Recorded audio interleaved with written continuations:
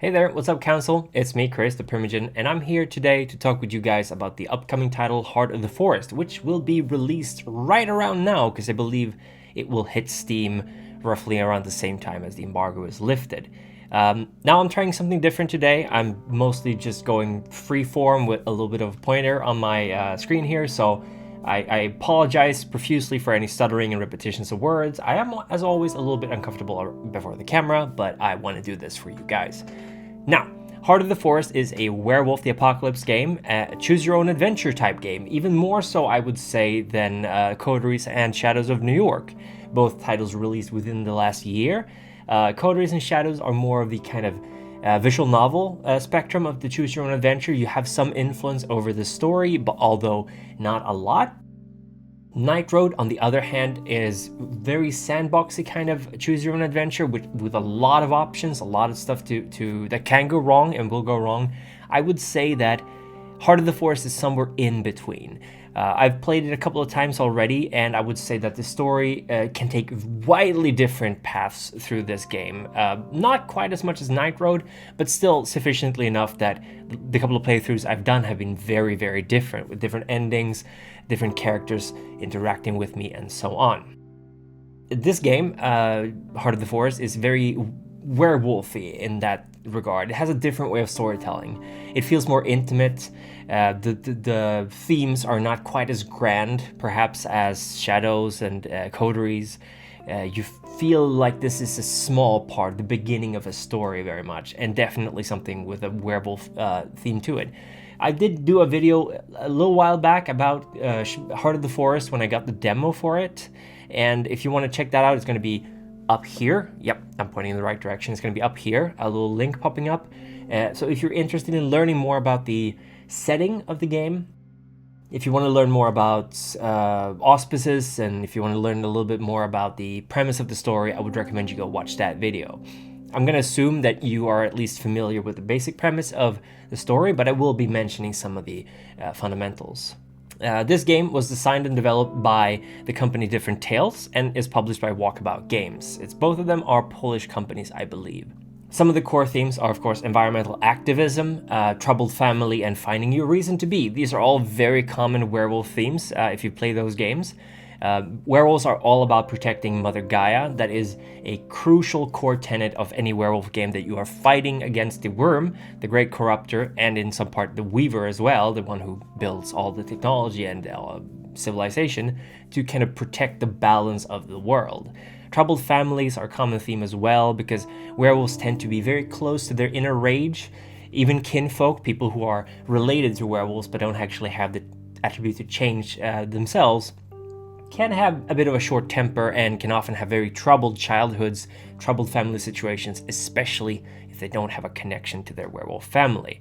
Finding your reason to be is a core theme here, because Maia, the main character of the story, is traveling from America to Poland to learn more about her family, because her grandparents emigrated from Poland, or at least her paternal grandparents emigrated from Poland, and she's had to learn just a little bit about her family's past from her grandfather before they were separated. Maia, who is the main character, is in Poland ostensibly to study medicine, from what I could gather, with a couple of friends, or other people she met on the way, but her real reason to be there is actually up to the player. You get to really decide her main motivation, but regardless, it will involve the local town as well as the large, very primeval forest of Puszcza, which is sort of one of the last ancient forests still in Europe. If you're unfamiliar with it, a lot of forests were actually deforested through history, and they have been since replanted, but the replanting is not the same as these kind of natural forests, which are very rare and far between. So I will try to avoid going into spoiler territory, but I will give you a warning that it's almost impossible to touch upon this game without discussing the mechanics, some of the stuff that will be revealed during the game. So if you don't want that spoiled for you, I strongly recommend you at least play the demo before you get into this. Just pause the video and play it. It should be free on Steam, and the game itself is not very expensive either, I believe. But let me get into the story bit of it. Essentially, like I said, Maia is going to Poland to discover her heritage. On the way there, she meets some friends, a Norwegian girl, Anya, which she becomes a friend with, and she also meets a couple of other people as well. It's the writing is very intimate, like I said. It's delivered kind of in a punchy, short paragraphs. It's not a lot of writing, I would say. If you played Night Road, you would be familiar with the writing, and that one, this is much lighter, but it's still a little bit more than Coteries and Shadows, because of course, in Heart of the Forest, you get a little bit more description of what's going on. The NPCs in the game are pretty varied and interesting. I believe there's people from all across Europe. There's some pretty good non-binary representation in the story as well. I think they did a good job of kind of capturing also the different aspects of Werewolf society or Garou society. I'm not going to go into that too much, but there's quite a variation of people, and I feel like a lot of people's motivation in this story, I can see some of the reasoning behind it, but in the end of this video, I will tell you something that was a little bit jarring to me, but I kind of saw where it was coming from. But in this game, you also get to choose to interact with the different NPCs in many different ways. You get a lot of options in this game, and a lot of times that will actually impact their relationship and their view and perspective on you and Maia. So that actually has a huge impact on the story as well. I would say the presentation for this game, the art, the graphics, and the music are top-notch. The art is very much inspired by the style of the covers of Sandman, the comics, if you're familiar with those. So it's a lot of collage-like cuttings and like things glued together in a very interesting artistic style.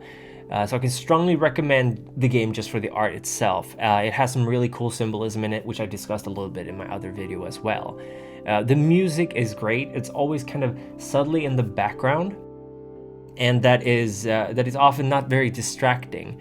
Although there's two things I would like to bring up with the presentation that could have maybe been a little bit fine-tuned, and sometimes it's kind of hard to know with the art who's who, because if you've played Coteries and Shadows, you know that there is a clear visualization of who you're talking to, who's who, there's a name in there. Not so much in Werewolf, so it took me quite a while before I figured out which one of the girls were actually Maia and which one was Anya, her friend.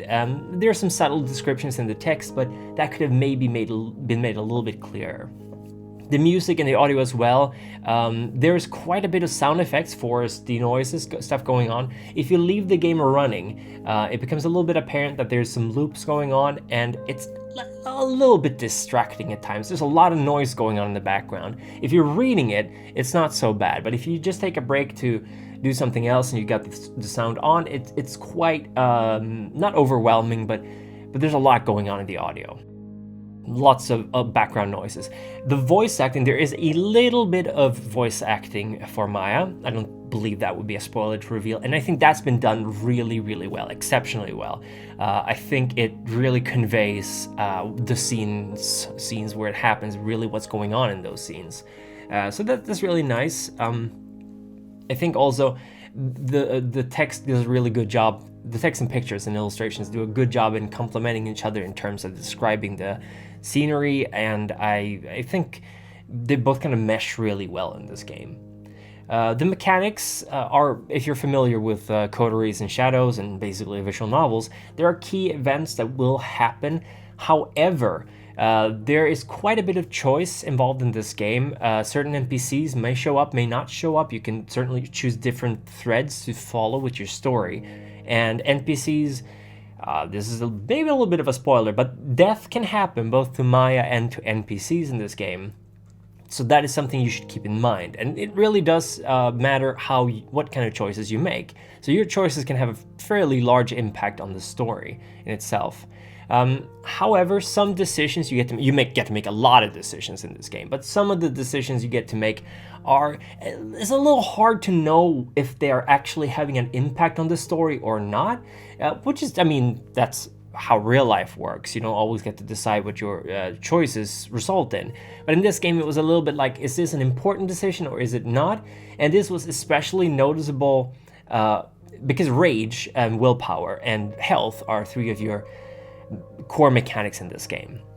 Some decisions will cost you life, willpower or rage. However, when you're at 0 rage, which would mean that you would be a Ragabash, or at least in that area, if that's how you started, it's a little bit hard to know if this decision that you're making right now, if it's because you have 0 rage, or if you could have another option if you didn't have 0 rage. It's not entirely clear, and a lot of times it feels a little bit arbitrary which decisions you make.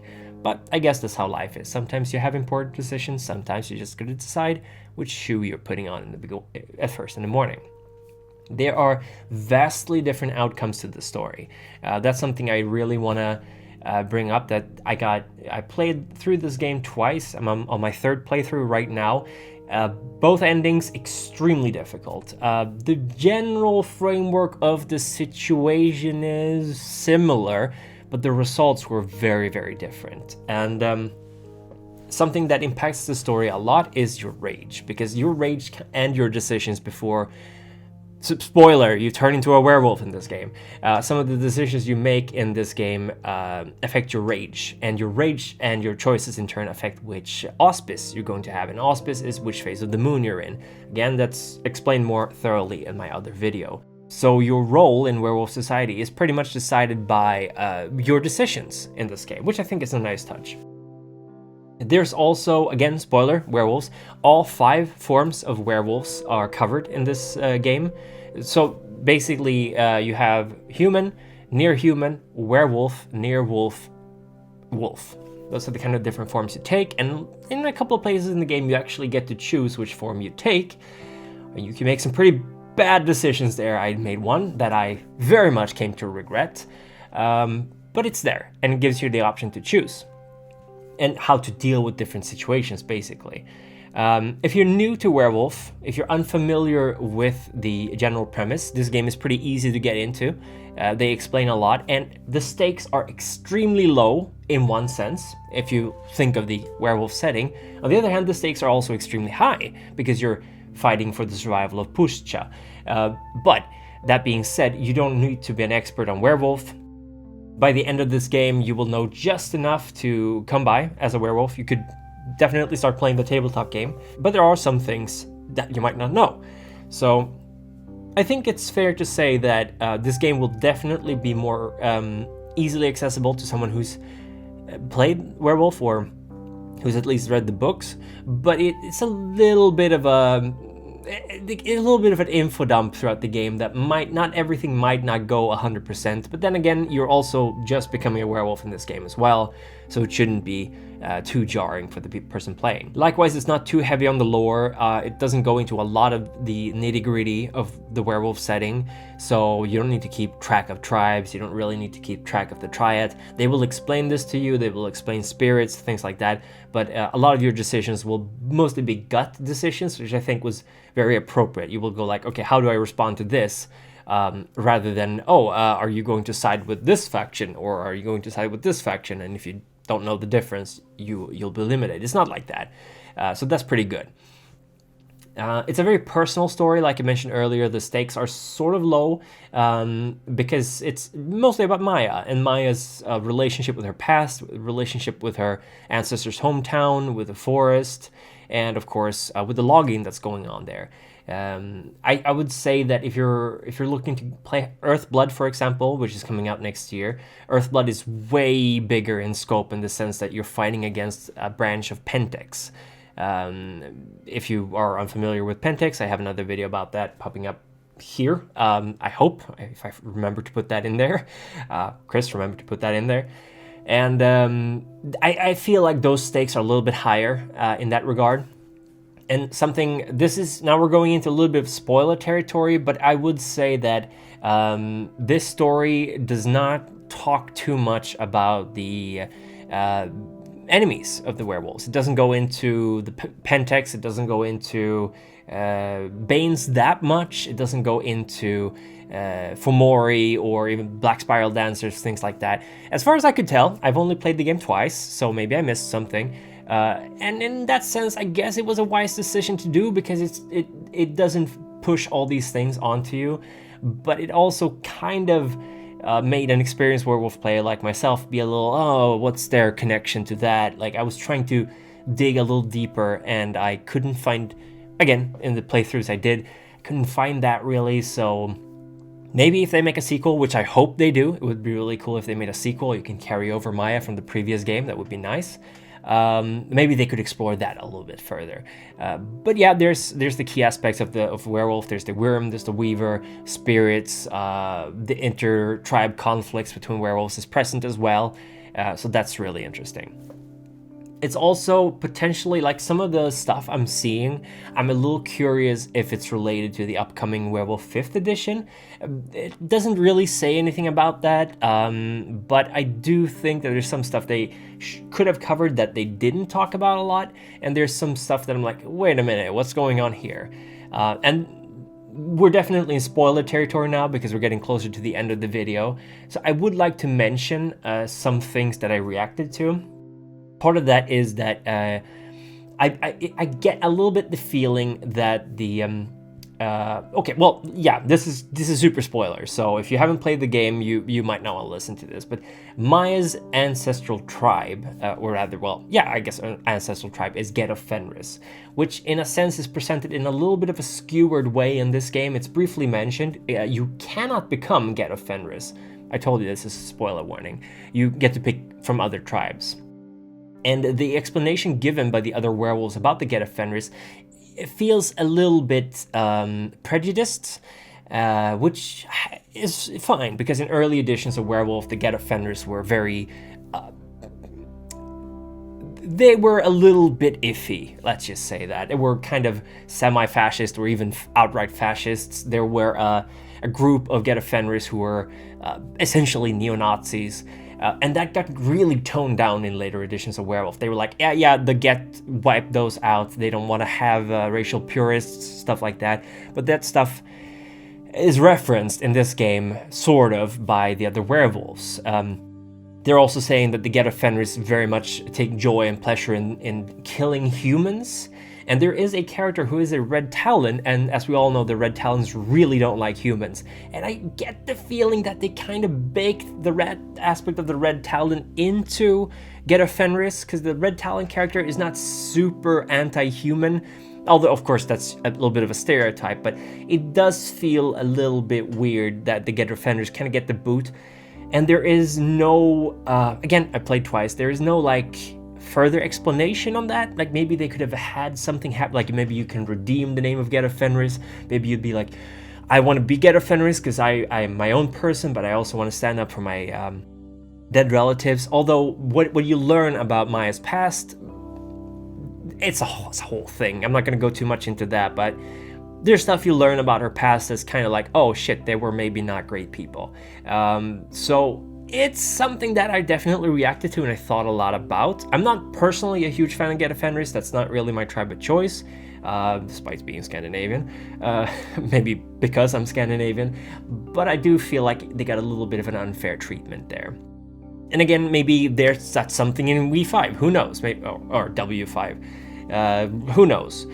And I think also in that regard, I think if there's something else I want to comment on with the story, I feel like the last third or even last quarter of the story feels a little bit rushed. Like, events really just ramp up and happen faster and faster throughout the game, and by the end of it, you're basically, like, Maia embraces her werewolf ancestry and becomes super into whatever's going on, which was a little bit jarring because she was very much an outsider in the beginning, and I feel like that transition happened very rapidly.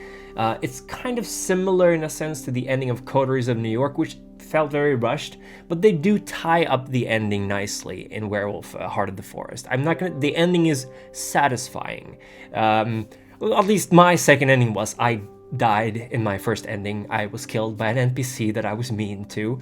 So I guess that's a lesson learned. But we are in spoiler territory, so that should be fine.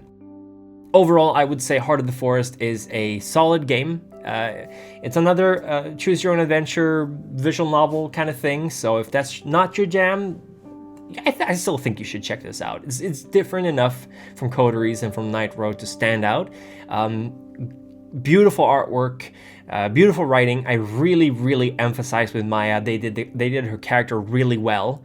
She's also very malleable as a character. Like, she has some crucial key traits, but they kind of change with your decisions, which I felt was nice. It's a nice middle ground. Again, I keep comparing it to the other games, the other visual novels. This feels like a nice in-between from Coteries and Shadows. I really need to get back to Night Road, by the way, because as you can tell, I've only done the 2 streams, so I'm not super familiar with the entire narrative of that game. But I really want to tell the people over at Different Tales and Walkabout Games that you made a really solid game. I like this. I'm very, very happy to see more Werewolf content, because Werewolf, in case you're not familiar with it, people watching, Werewolf was the second title released under World of Darkness, and it was always kind of the competitor to Vampire. They were always at each other's throat, both literally and figuratively, because Werewolf is such a, it's such a different thing from Vampire. Still very similar. You're still a monster, but the entire premise is so different, and I really like that about Werewolf the Apocalypse. Werewolf the Apocalypse has also always had a special place in my heart, because it was the first game that I started collecting books for. I didn't collect a lot of books. I had the core rule book, I had the Henge Yokai Shapeshifters of the East, because I was a weeb, I still am, and I had the Busted book. Let's not get into why I had that one. And I think I really always liked Werewolf. I'm collecting the books now. I'm making Werewolf videos. I do believe today, if it hasn't been out yet, it will come out very soon. There will be a video about Black Spiral Dancers, which, not great people. It's not a great story, but my patrons wanted me to cover Black Spiral Dancers and White Howlers, so that's what I'm doing. So if you're interested in learning more about the evil werewolves, and they're evil, there's going to be a video about that very soon. So, let's wrap this up. I think this video has been going on for quite a while. What I can say is I strongly recommend this game for anyone who's both experienced with Werewolf, especially someone who's experienced with the Werewolf setting, because I think you won't be disappointed with this game. Maybe from the low stakes, but on the other hand, maybe there will be a sequel, who knows. If you're new to World of Darkness, if you're new to Werewolf, there might be a little bit of a learning curve in this game. I think they did their best to kind of explain, and you have words that you can hover over and you will learn, but there will be a lot of lingo being thrown at you. It won't matter too much to your decisions, so honestly, you can kind of just try to keep those in mind. But if you are interested in learning more about Werewolf, you're in the right place. I have a bunch of Werewolf videos, lore videos. I'm making more every week. I've taken a little bit of a break from Vampire for a while. And you can check those out here on my channel. Let's assume that Chris will be smart enough to put in a third thing over here. I wish we still had this thing where stuff showed up in the bottom corner. You can just click that and you would be in a video. But whatever. If you want to learn more about Werewolf, there's plenty of stuff on my channel. There's a lot of other really good content creators out there making Werewolf videos. I know that Huddy's making stuff about it. I know that Touring with Lore of the Apocalypse, that's just a podcast. I don't think you can find it on YouTube, but Lore of the Apocalypse, you can find it on Spotify. I'm not sure if it's on iTunes. There's a whole bunch of other people making lore videos for Werewolf. Sorry if I missed anyone. My brain's a little bit all over the place right now. But yeah, check out Heart of the Forest. I have been seeing some people saying that they're a little bit tired of visual novels and that kind of stuff showing up instead of books for World of Darkness. I can kind of see that, but I think that all these titles were worked on simultaneously, and most of these games are being made by studios that are probably not very big, so making a visual novel is, budget-wise, not too hard, won't require a lot of people. Still a lot of people worked on this game, but I think that's mostly the main reason right now.